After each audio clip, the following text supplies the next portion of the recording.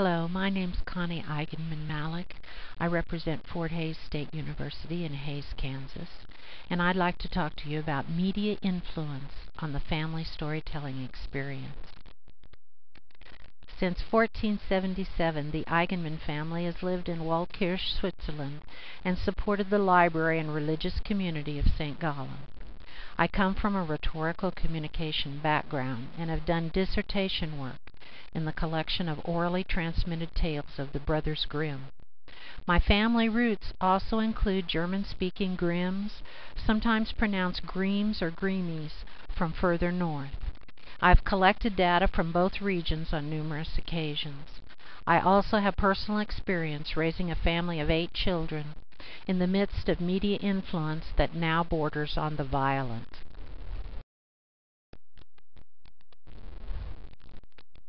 The intent of the original Grimm Brothers fairy tale transcriptions was found to be evident despite media translation, editing, and conversion from a 19th century German folk culture to a 21st century American art form. Among the most popular tales, Little Red Riding Hood, The Bremertown Musicians, Mother Holle, The Fisherman and His Wife, and Hansel and Gretel were voluntarily chosen by German-American readers. Author attribution studies and stylistics reveal an obvious movement in culture from a German to an American folkway, in oral delivery to mediated transmission, and the pace of life from the 1800s to the 2000s. Yet their reception remains the same. I now live in the German capital of Kansas, a centrally located state in the USA. Even so, it is difficult to isolate particular German customs from the cultural style of most Americans. Storytellers of Grimm Brothers fairy tales do not choose their favorite tales from particular regions their family tree touched at one time. They choose tales they remember best, or those to which they were most frequently exposed.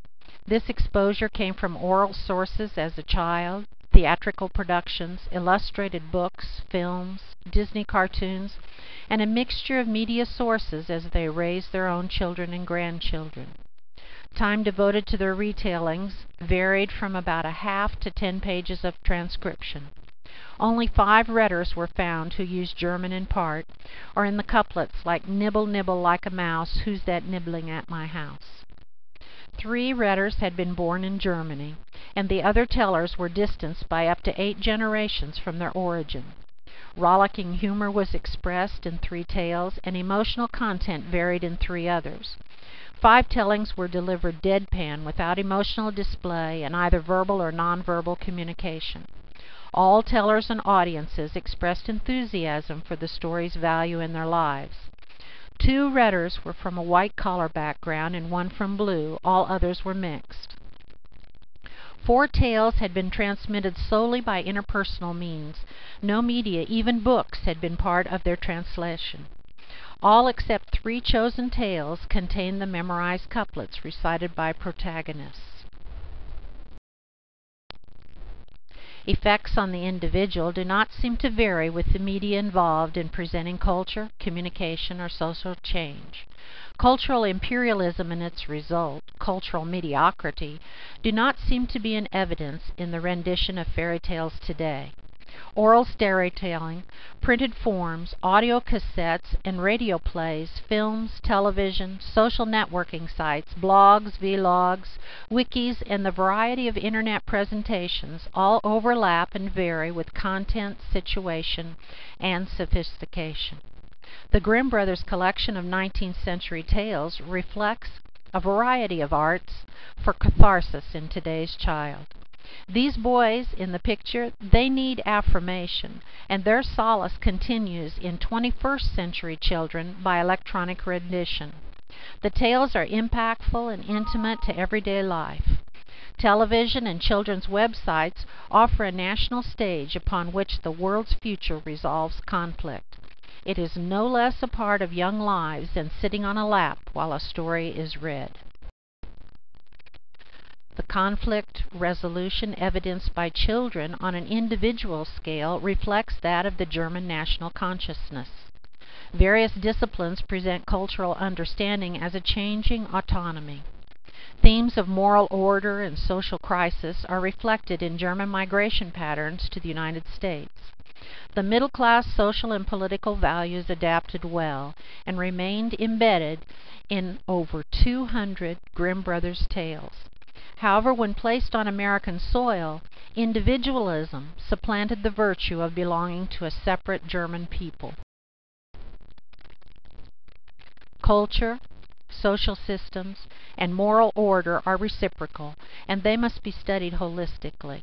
One method of doing this is by examining media effect.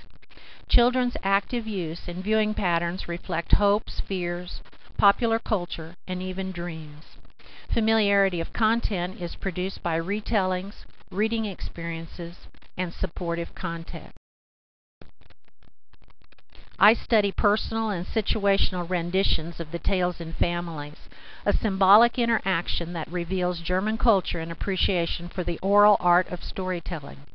Other approaches also gather transcriptions and performances that are mediated. Some also delve into psychoanalytical and gender meanings. These are communicated intrapersonally. Smartphones, computers, and the multiplicity of television programming are often seen as socially detrimental. These approaches overlap, yet they undergird communication as a reference point for society as a whole. They bolster self-image and reception of normative behaviors. Ethical values are transmitted to the new generation. Daily conflict can be resolved in a productive manner, and family groups are strengthened. The mode of information is highlighted in television studies. Semiotic theories, those from a sociocultural aspect, socio-psychological theories of effects, cultivation, uses, gratification, and dependency are prevalent in the discipline of communication studies. We also honor cybernetic spiral of silence and the critical realm of feminist studies, hegemony, and bell hooks critique in examining human interaction and dominance. Members of cultures in transition tend to evaluate the content of any given communication form by its pragmatic and hedonistic potential. Economic feasibility is also a concern. Artistic and sometimes spiritual training is sought for children in the family. Researchers more easily choose grand themes of cultural transition and political criticism that are camouflaged within the tales. The desire to succeed, to be happy, to fit in and belong, overrides even the strongest and most subtle cultural cues portrayed in the Grimm Brothers fairy tales. The influential Frankfurt School thought mass culture was homogeneous in content and affected all participants the same. The inclusion of blanketing, all-encompassing views has evolved to favor the individual interpretation now, and a less powerful role for popular culture or mediated communication. Culture and ethnic identity are vibrant, changing core entities that involve all family members. Storytelling is seen as a medium of communication exchange. It relies upon a myth-derived narrative of reality and falsehood.